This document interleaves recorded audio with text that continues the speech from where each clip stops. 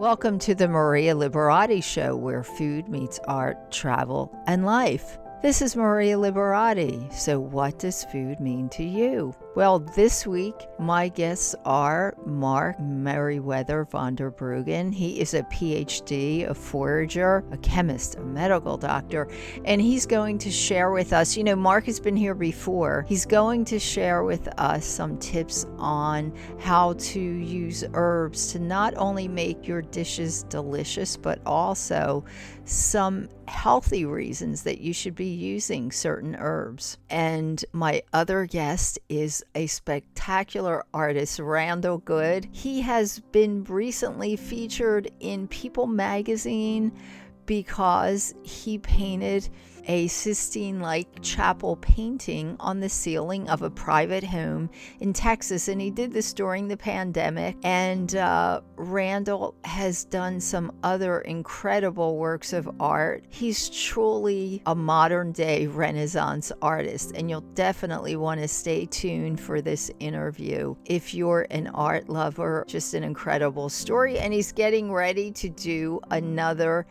type of painting on the ceiling, another incredible work of art. And also this week I was interviewed on porch.com about the best items to have in an Italian kitchen, or what my favorite items, my go-to items are for an Italian kitchen. So I'm going to tell you all about that, but I just want to remind you that if you are in the Philadelphia area, I will be doing a cooking demo and a book signing at the Horsham Farmers Market. It's in Horsham, Pennsylvania, and that will be from 10 to 1 today. There's also some other great vendors there with artisan products. So, definitely check it out. Check out the market, and please stop by and say hi. It's Halloween. And all the vendors are giving treats also if you wear a costume. So, if you want to bring the kids and they want to wear their costumes,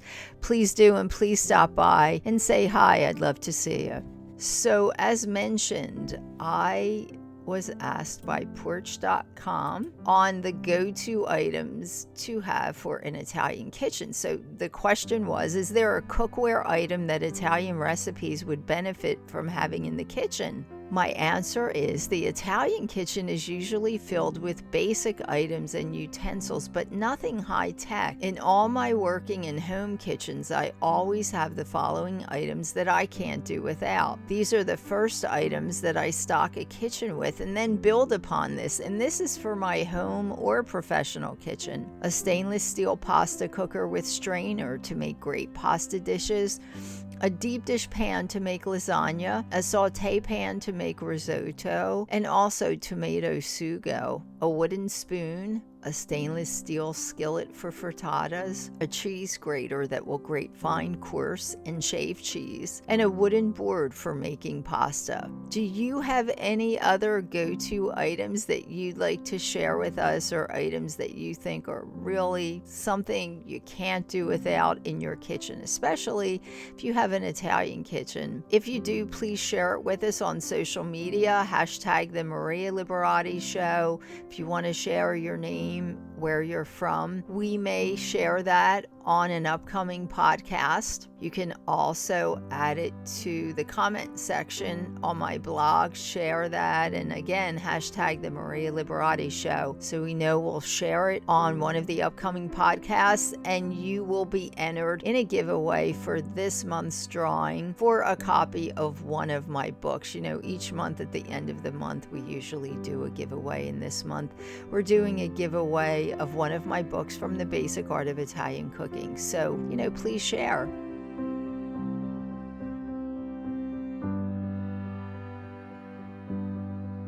And I have, again, one of our favorite guests, Dr. Merriwether Vorderbruggen.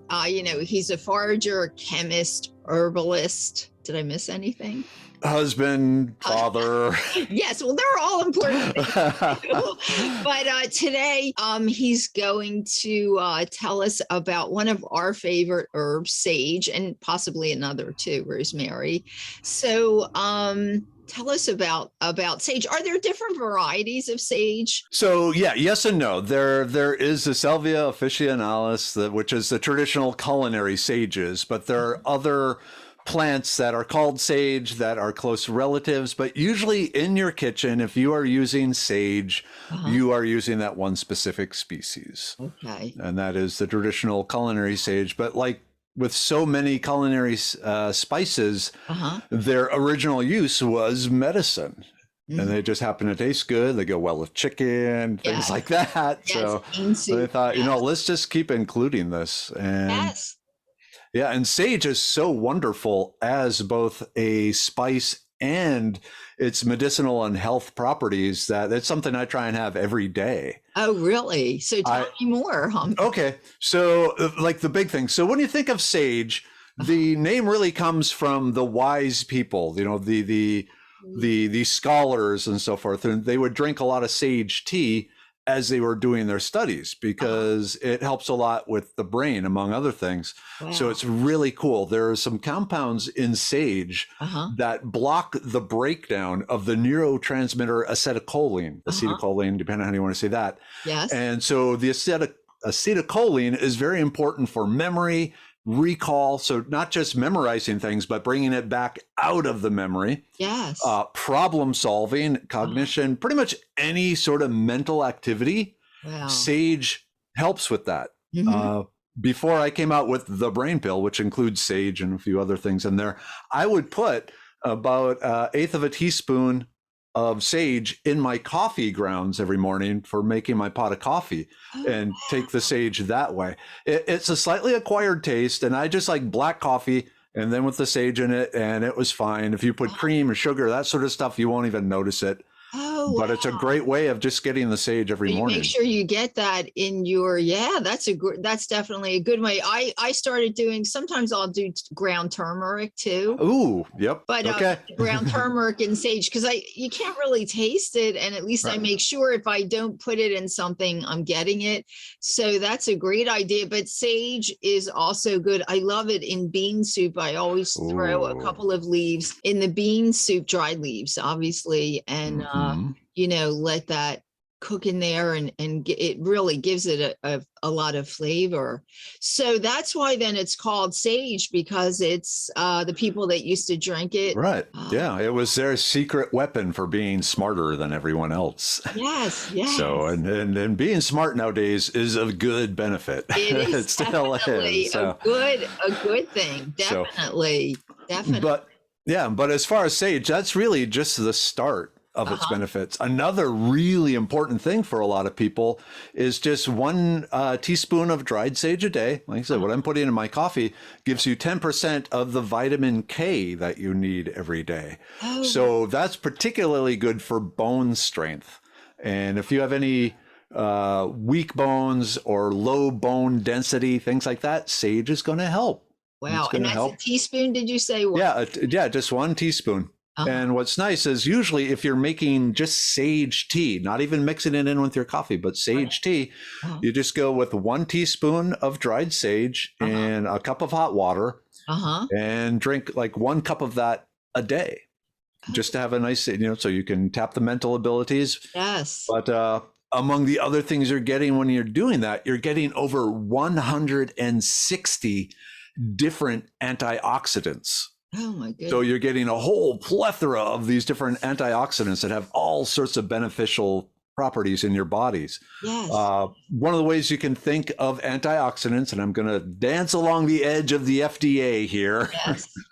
But when you hear antioxidant, one thing you should be thinking is anti-cancer. Because one of the things that causes cancer is what's called the free radical damage of your DNA. Oh, yeah. So certain things can cause these highly reactive molecules called free radicals. Think of them as hand grenades floating around inside your cells. And one thing that is really good at forming these bad free radicals is stress. The body is not designed for long periods of stress. We're designed for short periods of stress that we get through, get over, and get back to being happy. But nowadays in modern life, that's kind of difficult. Yeah. So when you're under stress, one of the side effects of some of like the cortisol and some of the other molecules your body makes is the side effect is these free radicals. These free radicals love to attack the DNA of your cells. Oh, wow. So they fit perfectly against the DNA and basically blow it up. Mm-hmm. If you're lucky, they completely destroy the DNA and kill that cell, which sounds like a bad thing. But your body's, the cells only have a certain lifespan and then they die and get replaced anyway. Right. The problem occurs if that free radical damages the part of the DNA that is responsible for this pre-programmed cell death, because now the cell does not die and it just keeps reproducing. And that is one of the types of cancer, is when a cell that is supposed to die doesn't and just keeps reproducing uncontrolled. Oh, wow. So the sage, taking the 1 teaspoon in a cup of hot water each day, has been shown to fight things like cancer of the mouth, the colon, the liver, the cervix, the breast, skin, and kidney. Oh my goodness. There's great scientific, I'm a chemist. I have a master's in medicinal chemistry, a PhD in physical organic chemistry. I wanted to become a medicine maker for the pharmaceutical industry, but then I've realized plants are much better. Yes. But so these are all things that have scientific proof. Studies shown they reduce the incidences or slow down the growth of it. So you definitely want to have sage just as, a daily anti-cancer preventative. Oh, yes. And it's so easy, as you said, if you just want to make a tea and or add some ground sage to a coffee or something that you're taking that day. Yeah. And you had mentioned like you take turmeric. Are you familiar with golden milk? Just to go sideways for a second. Yeah. Yes. So it's turmeric and cinnamon and honey and stuff mixed in milk or coconut milk if you don't want the dairy milk. Yeah. Really good stuff. You can throw sage in that. It goes really well with that too, because then you get all the anti-inflammatory effects from the turmeric. And the all the benefits from the sage. So let's talk more. Yes, definitely. So it bumps it up even more. So, and anything about like growing sage in your kitchen, or is it an easy plant to grow? Oh yeah, sage is very easy to grow. So it's originally the Salvia officinalis one. It was originally from the Mediterranean area. So it likes a slightly drier, warm, sunny climate. So full sun sort of plant. If you have like down here in Houston, where I'm at, it grows great just about all year round. Oh, wow. If I plant it in full sun and just give it a bit of water, it goes, yep, I'm happy here. Wow. But, I know I have like an herb garden. I have some grow lights on it. So as I told you, I'm on the East Coast. So when it gets chilly, I guess the grow lights, and I haven't really grown sage yet, but it's definitely one I'm going to try to it does great on a windowsill. If you have a south-facing windowsill, or like you say, some grow lights, and it's a nice, fairly compact sort of thing. So you don't, it doesn't get tall and leggy. It stays, if you prune it, it stays fairly round and and so you're good to go there. Wow, that's great. So it goes really great.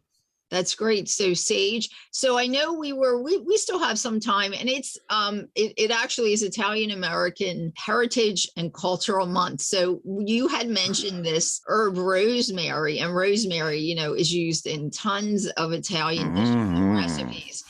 So tell us about rosemary and the benefits of rosemary. Okay, let me give you 2 more benefits of the sage. Yes. So again, going back to the sage tea, it is antimicrobial, especially towards the bacteria that cause cavities in your mouth. Oh, wow. So think of it as almost like a mouthwash that kills the bacteria that's responsible for cavities is really good. So an all-natural mouthwash, definitely. Yep. Yeah. And then also it helps...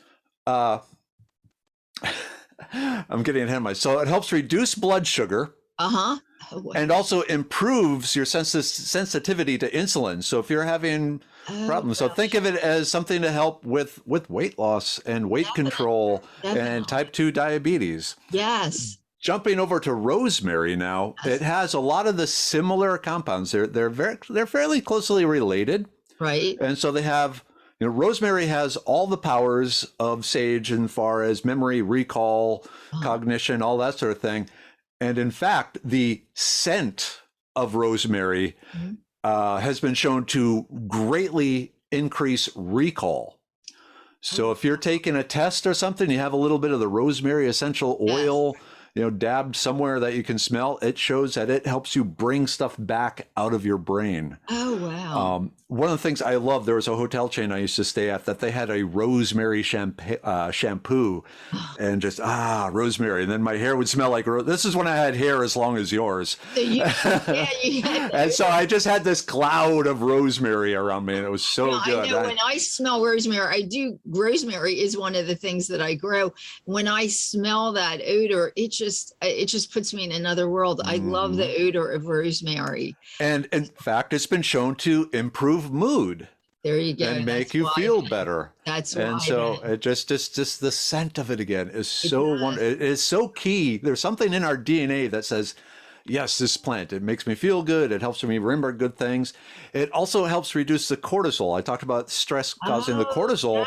Yes. So it's a little bit better than the sage even for helping flush out the stress cortisol sort of thing. Wow. The sage protects you against the free radicals. The rosemary helps prevent them from forming to begin with from the cortisol. Oh, wow. Another thing rosemary does is it helps thinning hair. I've heard about that. Yeah. So again, consuming it helps. Basically, it basically declogs the hair pores from inside the body. Oh, there you go. So very good that way. Yeah. It does have the blood sugar control and the improved insulin sensitivity thing of sage too. Oh, so that also has a benefit for that. Okay. Yes, and the funny thing is, well, it's not really funny, but I know in Europe, from living there, everybody uses herbs, and you can find them everywhere. And in the U.S., a lot of people either don't know what to do with them or just don't even bother using them. I know they are really expensive if you get them at the supermarket usually. But, I always recommend have your own little kitchen garden. It's so cheap. Just grow all these herbs and spices. There's so many benefits to them. And not only that, they add so much flavor to whatever you make. It's just, I can't understand when people don't add, one of my favorite dishes, you talked about rosemary, and you just roast potatoes in the oven with extra virgin olive oil and some dried rosemary, even some of the stalks of the rosemary, you put them in there, and it just fills your house with this odor of rosemary. But the flavor of the potatoes with the rosemary is just, so good. And then I love doing a spatchcock chicken, where you cut out the backbone and butterfly down and just put it on a mound of rosemary, and then rosemary under the skin, a little lemon on it, a little butter. My kids go nuts over that. Rosemary goes great with poultry too, definitely. Yeah. And you can make a rosemary tea, again, just 1 teaspoon. And if you got a test coming up or something at work where you need to, your memory needs to be sharp, rosemary. A couple of sprigs in a vase on your desk. Good stuff. Good stuff. And it does grow very easily all over the place too. Yeah, it does. I notice it does grow easily. And some species actually grow like in the snow. I mean, they're really hardy depending on what you do. So, that's great. Yeah. And as we enter the winter Christmas season, a lot of places will sell little rosemary plants trimmed into Christmas trees. Those are a great thing. What you do is after Christmas is over and they're on clearance, buy 2 or 3 of them, stick them on your windowsills, and you got rosemary for the year. Yes, I actually have done that. Yep. I've done that. I kind of scoped them out, and I'm like, okay, now I know where to go after Christmas. So definitely. That's great. Well, thanks so much. Any last words or anything? Just thank you. We'll do this again. We'll pick up some more. I'm thinking oregano or something like that. Yes, please. Definitely. Right. We'll have you back again. Okay. So sage and rosemary. And as always, as I always say, if you're on any kind of medications or whatever, and you want to check with your doctor before you do any of this advice, but sounds all great to me. So cool. I know I'm going to be having my sage and rosemary tea today. Excellent. Thanks again. Right. Oh, thank you. Yes. Oh, and tell people where to find you. Okay. So medicinemanplantco.com is my website for all of my medicinal plants. Ancient plants for modern issues, where I'm bringing back the plants of our ancestors and using them the way they did to treat a lot of the modern lifestyle issues. A lot of the modern lifestyle issues are due to the fact that we have prehistoric bodies trying to live in a modern world, and there's a maladaptation there. Oh, wow. So like everything from overeating, Yes. heart disease, all these sort of things is because we're not living a caveman lifestyle. Yes. Yeah. So Oh my goodness. yeah. That's great. All right. Well, check that out. That was medicineman.com. Did you say? MedicineManPlantCo.com. Kind of long, but That's it's okay. what we could get. Yes, exactly. They can find you, and So, I'll put that on my website excellent thing. as well. Great. All right, and I'm sure we'll have you back again. Yes, to talk about the other herbs, definitely. Oh, there's plenty of them. Yes, there is. All right. Thanks for stopping by, and it was nice visiting you in Texas.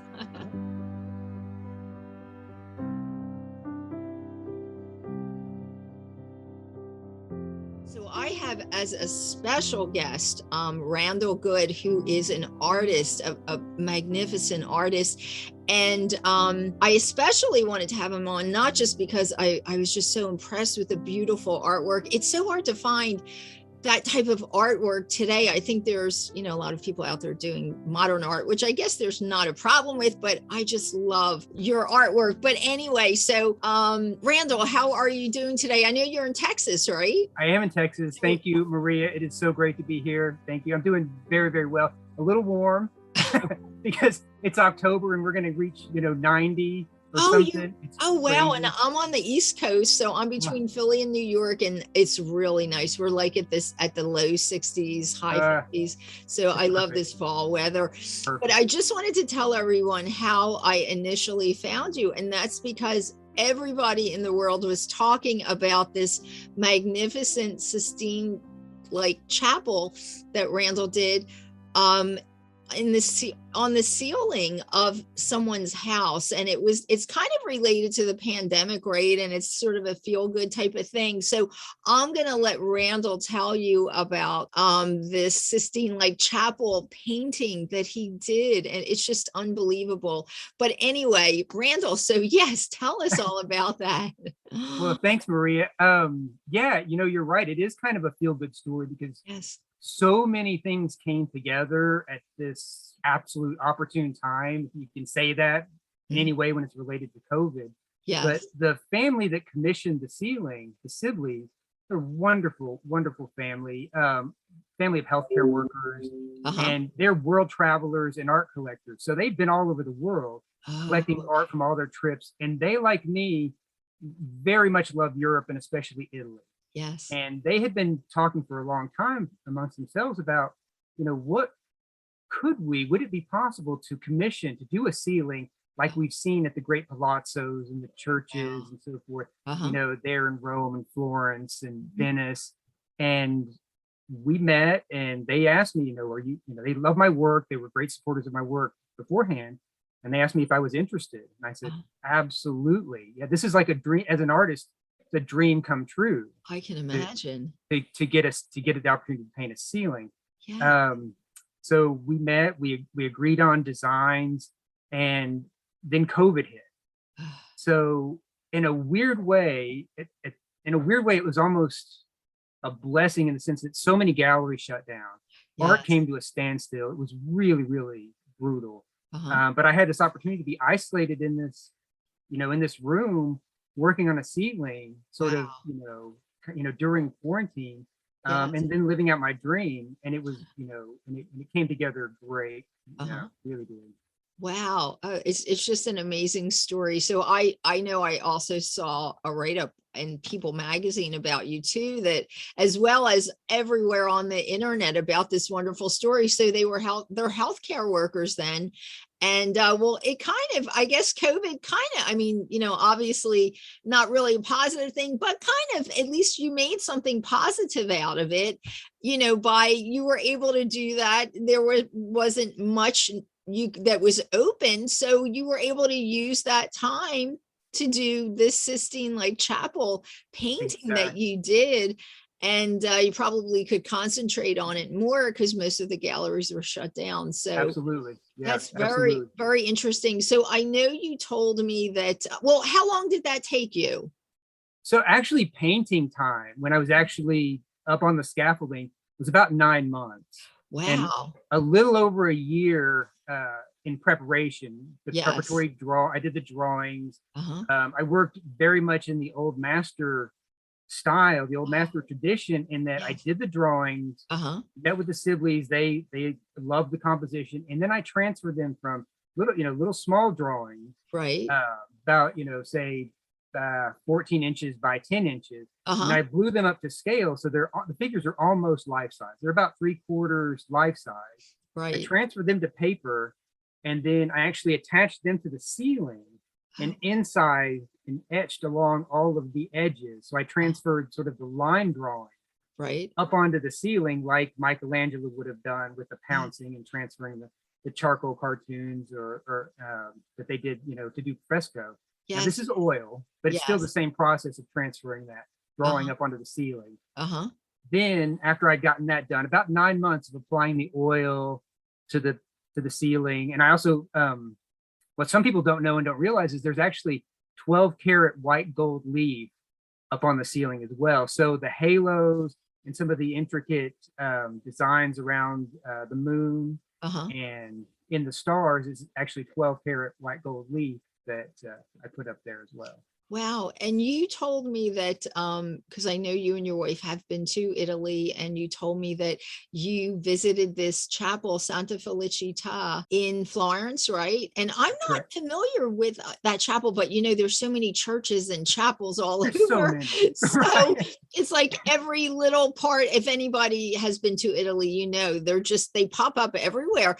And Exactly. I'm just, when I go there, I'm definitely going to make it a point to go there. So tell us about how that influenced, or the influence that Santa Felicita and the artist you told us about that influenced what you did, the Sistine Chapel. So I've always loved Italian Renaissance art in particular.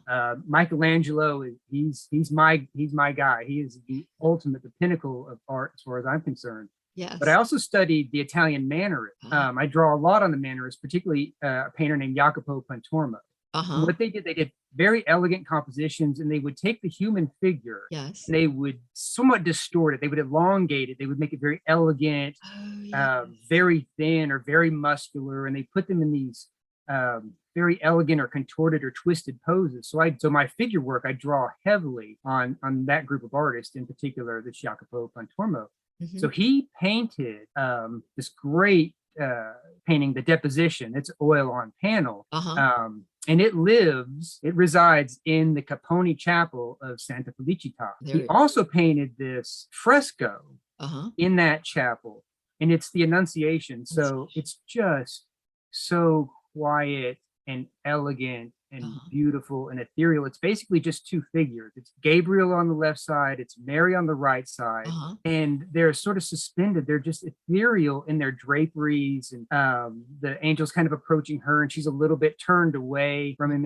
And so when my wife and I were there, when we stayed in Florence, right near that church, I would just go in there every single morning before we went out sightseeing, and I would just sit in the chapel and look at this beautiful fresco. And then at night, when we were done with our sightseeing, right before we would go to dinner, I'd visit the chapel again and just sort of meditate on how beautiful. So it's not surprising that when I did the composition for the ceiling, the Sibley ceiling, that aesthetic, that compositional element of two figures, a figure on the left, a figure on the right, kind of suspended in their drapery, with this negative space in between them, it definitely influenced how I approached the ceiling and what the final composition looks like. And I think that's how art works. You build on these great masters, you see what they've done, and you adapt it to yourself, and then make it modern, make it your own, and carry that tradition forward. Exactly. And you know what? You hit the nail right on the head. That's what I love about your artwork. Exactly. Is, it's not a copy of those. Yes, I could tell it's influenced, but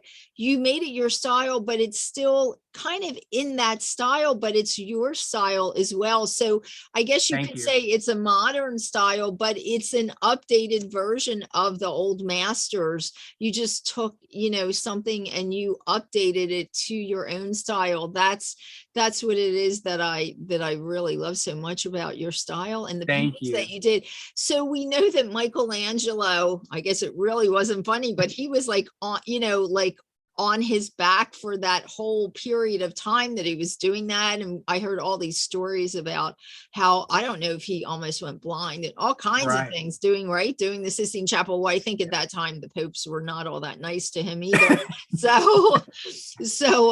But how did you say you were doing this for 9 months? Like, did you do it so many hours a day? How did you must have had to take like so many breaks and then, kind of off and on. How would one do that?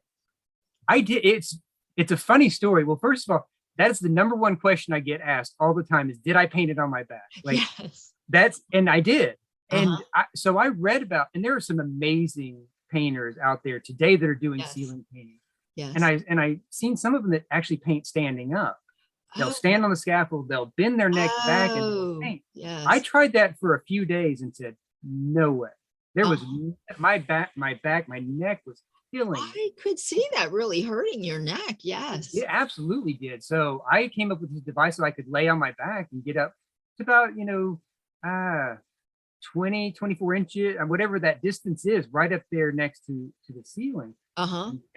And what was difficult, because what you have to do is you paint for a while and then you need to get down, crawl back down to the scaffolding, look at it to make sure that it reads, what reads really well from 24 inches away might not read so well from down on the floor, 11 feet or 13 feet away from the ceiling. Exactly. So climbing up and down, that was a learning curve to make sure I paid attention and didn't just get target fixation and just stay on the scaffolding. The other thing I learned is that because I was working so tight, meaning I don't use a lot of big brush strokes. I'm very focused on sections at a time. Right. I had about 5 to 6 hours a day, and that was sort of I could sometimes go further, but I found myself getting sloppy. And it was not worth it. And the siblings were so patient. They gave me so much time and said, you do it the way you want to do it. So my average work day was on the scaffold was about five hours. Prior to going up on the scaffold, what intrigues people is that there were a couple of hours beforehand where I actually mixed paint. So I'd mix all my paint up for the day, all the solvents that I would need, have it ready to go. So there was these, couple of hours of prep time before I could even start getting up on the scaffold. Yes. Wow. It's just, it's just so amazing. That's wonderful. So, what do you have? Is there anything coming up for the future that we can look towards? Any other Sistine Chapel like things or anything else that you're working on? So currently I'm working on a couple of small like easel painting commissions for clients and collectors. And then tying into the Sibley ceiling. This was the first of at least 2 ceilings for them. So immediately after the holidays, after the new year, we'll start meeting again. I'll show them the sketches for the second ceiling. So I'm super excited that we are going to the second ceiling. Is that? So wow. Sorry, so we'll be painting. So the second ceiling will be started, the first part of next year. And hopefully we'll get, just as much coverage. People will be interested to see, because they're very much related. It'll be nice for everybody to see what's the moon room, which is basically what we're calling the first ceiling. And then the second ceiling is the sun room. So it'll be very bright with gods and goddesses playing around the allegorical moon, if you will, or sun, excuse me. So that's coming up and I'm super excited about it. I can imagine. So are these, because I can imagine, like, as I said, we're going back to this, but you had said, used to sit and just stare at Santa Felicita, the Annunciation and all that. And those pictures, just those paintings rather, as you said, they're ethereal, the colors, they're just like, they just put you almost in another world, very relaxing to look at. So these Sistine Chapels, that they did, are they in like a bedroom or just a special room, dining room?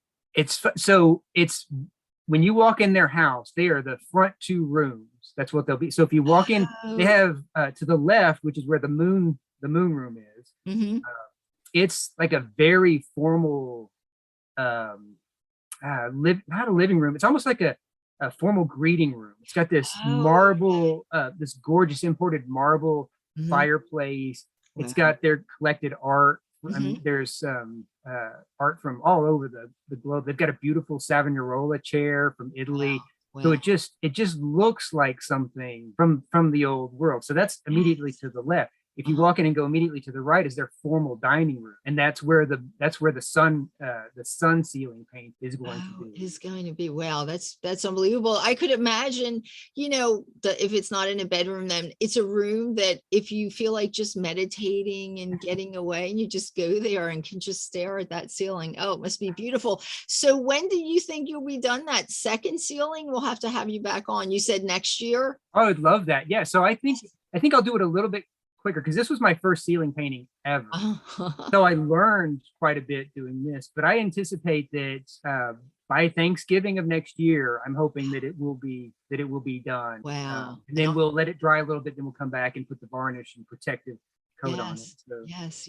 Oh, that's a little over. Wow, that's exciting. And I just wanted to mention, I know you said we didn't have to, but you have a book coming out, so people can. Do you have a book coming out with your artwork? I do, Maria. I do have a book that I'm working on. It's not coming out. I can't say that it's coming out. And you and I got a chance to visit a little bit earlier. We were talking about how several years ago, let me back up and say that I am definitely inspired by the Italian Renaissance in subject matter as well. So I had done religious commissions. I'd done the 14 Stations of the Cross for a church, altar pieces, and so on and so forth. So I love that iconography. Yes. But back in 2006, 2005, I wanted to come up with my own unique type of subject matter. So I literally started writing a creation very much influenced by some of the classic myths that you would see in the Greek and Roman traditions, so like the Zeus type characters or Apollo, Diana, Artemis, those kind of demigods feature in my creation myth. And what it's done is it's given me this wealth of stories and narratives and myths that I can come back and then I illustrate, and no one has ever portrayed them before. They're completely new. So it's the compositions are new and the stories are new. And I get to speak to my love of nature and human and mankind's sort of obligation to treat nature better, to realize that we're lucky to be a part of this world and this universe. Yes. And there are consequences for us not treating nature and the universe with respect and wonder. So I get to put that out there as well. Wow. Yeah, I think because I know you mentioned Michelangelo, but I know Da Vinci, who I studied extensively, and I actually did a book on his foodie side, but he just loved nature and animals, and he would sit and watch them. So I think that a lot of that was conveyed in a lot of the, in a lot of the work that they did also. So I just want to ask you, how did you get started in art? Is this something you did from when you were very, very, very young, or did you go to school for it? Is it just, a talent that you have? How did you get involved in art? You know what? For all those, young artists that are out there, or even parents of young wannabe artists. That's why I wanted to. You can use this as a cautionary tale or as an inspirational tale. But I was one of those kids from the very earliest age that I just drew. When I was in class and I should have been listening, taking notes, I was just drawing everything that I could do to draw. And then it was very fortunate when I was quite young. My family, we lived in Ireland for a while. Oh wow. And I don't know if it's this way anymore, but then they were so encouraging of artistic, creative elements. They fostered that. So I remember doing reports, and I would draw. I do drawings. It should have been a 20-page essay or whatever, but instead it was 10 pages of writing and 10 pages of illustrating. And they were encouraging. They loved that.